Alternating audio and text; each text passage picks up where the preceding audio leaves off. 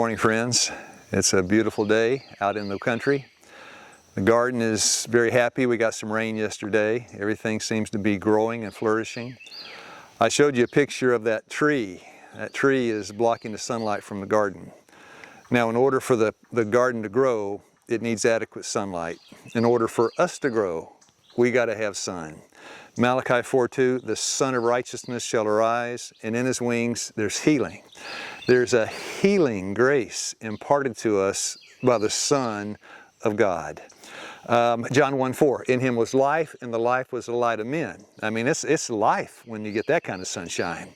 So today we're going to get the chainsaw, go out and take the tree down, and see if we can't find some spiritual lessons as we approach the chores for today, which include cutting in that big old tree.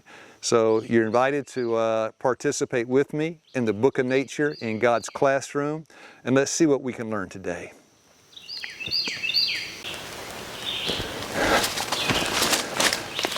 Now, this is a smaller tree. If you look down the fence line, you can see there are 2 or 3, 4 trees that are hanging over the fence into our garden. When we came here, it was all trees. So it's taken some clearing of the wilderness in order to have a garden. We still have a few trees that are casting a shadow over our food.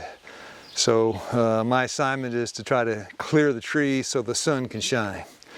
And today I'm going to be giving just a little suggestion, a little hint, maybe look at some object lessons regarding trees and blocking the sun from the garden. We're going to start with this first tree here. You may notice it's in the garden. And what I've done, I'm about to get up and take a picture of it so you can see it. I've got a steel cable wrapped around it about midway up. And I'll take a picture, show you the setup on the back end and why we have the cable there. Because gravity will make that tree fall into the garden, so we're trying to exert some force that will draw the tree away from the garden and let the sun shine. By the way, there's a lot of gravity in this world. Peer pressure, people. I mean, when you try to swim upstream in a downstream world, you run into a lot of problems. In the garden, you have object lessons. You have illustrations of how to resist that pull of the world and be set free in Christ. So let's take a look at the setup on the tree, and then we'll go back on the back end and see how I got the come along. That's like a hand-operated winch. How we propose, by God's grace, to pull that tree down and go out of the garden and not in. Here's the, now, here's the setup on our chain and our hand winch, also called a come along. You got it. A lot of bugs out here, a lot of branches. This is it. This is a come along, and I've got it chained to a tree, and I've got this cable running up into that tree, and so that tree is leaning into the garden. But first thing I'm going to do is I'm going to put a lot of tension on the chain, so it's really got to pull on that tree. I'm going to go up and I'm going to notch out the tree, and after I notch it, I'll come back here, take a little more slack out, because now with the notch gone, it'll bend back toward this direction. I'll cut the tree out, notch it, increase the tension, and then it'll be a lot of tension in that tree. And so on the other side, I'll take my saw, I'll cut through it, and the tree will snap and come this way instead of going into the garden. Now, first thing to do is pray before you undertake an operation like this. But it's a great blessing to do it yourself. And if you're in the city and you're thinking about moving out to the country, you got to adopt the mindset of a do it yourself. Because if you want to survive and not have to make a lot of money, then you have to do things yourself. So plumbing, wiring, framing, building, cutting trees, growing your food, you can do it. You can. I got a book, and when I didn't know something, I just read and asked the Lord to help me to understand it, and He did. Those were the days before YouTube. Today you can go on YouTube and find anything. You know how to change the rotors on your car. So it's a great blessing to do it yourself. Not only do you save money, but you get a feeling, a sense of satisfaction that when you stand back and look at the works of your hands, and that you can't put a price tag on that.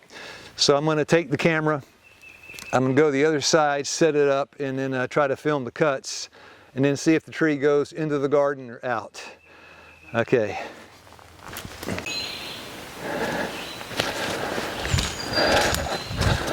Okay, once this saw starts, you're not going to be able to hear me. What I'm going to do is I'm going to notch this tree. I want it to fall that way. Our garden's over here to the west. I want it to fall east. So what I'm going to do, I'm going to cut a notch on the off side. It's going to be flat, first cut, then I'm going to notch down at an angle. That's the direction to fall. And then I'm going to cut the notch deeper than I would normally if a tree were just going to fall. I'm going to cut the notch deeper. I'm going to turn the saw off. I'm going to go down there. I'm going to take up a lot of slack on that come along until I can see the tree actually begin to bend.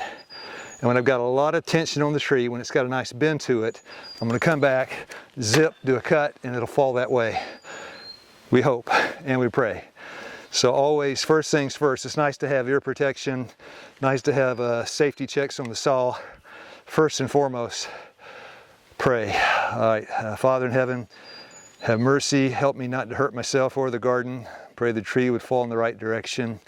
Please help me. I ask it in Jesus' name. Amen.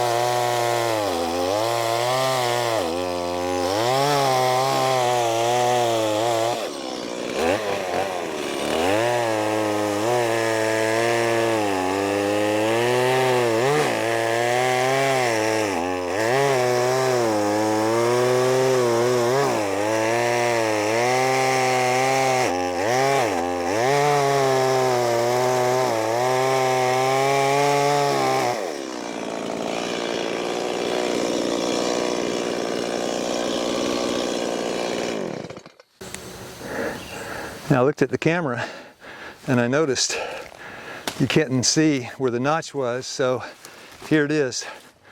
I cut the notch here, that's the bottom, first cut, then an angle down, and you notice the tree, I don't know if you can see it, but now it's leaning, because I went to come along and pulled it a while, I got some tension on it, and now it's got a good lean on it that way.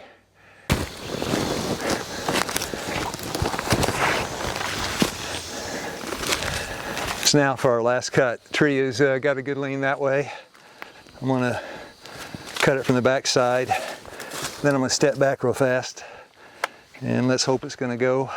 Romans 8:24, we're saved by hope.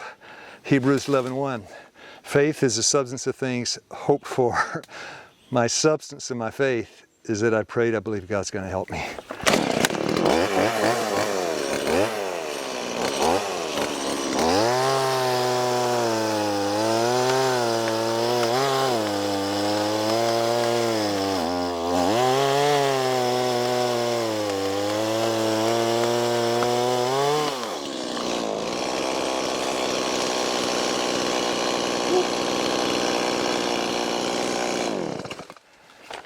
That's it. So most important thing to do before you work, you pray, and I tell you it's important afterwards too. So I'll thank the Lord. 1 Thessalonians 5:18. In everything give thanks, for this is the will of God in Christ Jesus concerning you. Our Father in heaven, thankful that the tree is down safely, the garden is not hurt, neither am I. And just pray your blessing on the rest of this day. Ask it in Jesus' name. Amen. Well, it's the end of the day. It's been a good day out there in the woods, cutting the trees down. I'm tired. I look forward to rest. You know, Henry Ford said when you cut wood, you get heated twice. First time when you cut it, you get the exercise, circulation kind of warms you up. The second time in the winter when you burn it. It's a free source of heat in the winter time. But you know, the lessons in the garden, the trees, they block out the sun. Today we have something that's called traditions. These are things where a man comes between another man and his God, and it blocks out the light. Back in the biblical times, in Matthew 15 verse 2, It said, why do your disciples transgress the traditions of the elders? And in verse 9 it says, teaching for doctrines and commandments of men. A lot of what men thought, a lot of the ideas of men got worked in to the beliefs and the thoughts of the disciples of Jesus. And he made every effort he could to, cut these trees down, let the sun shine right into their hearts.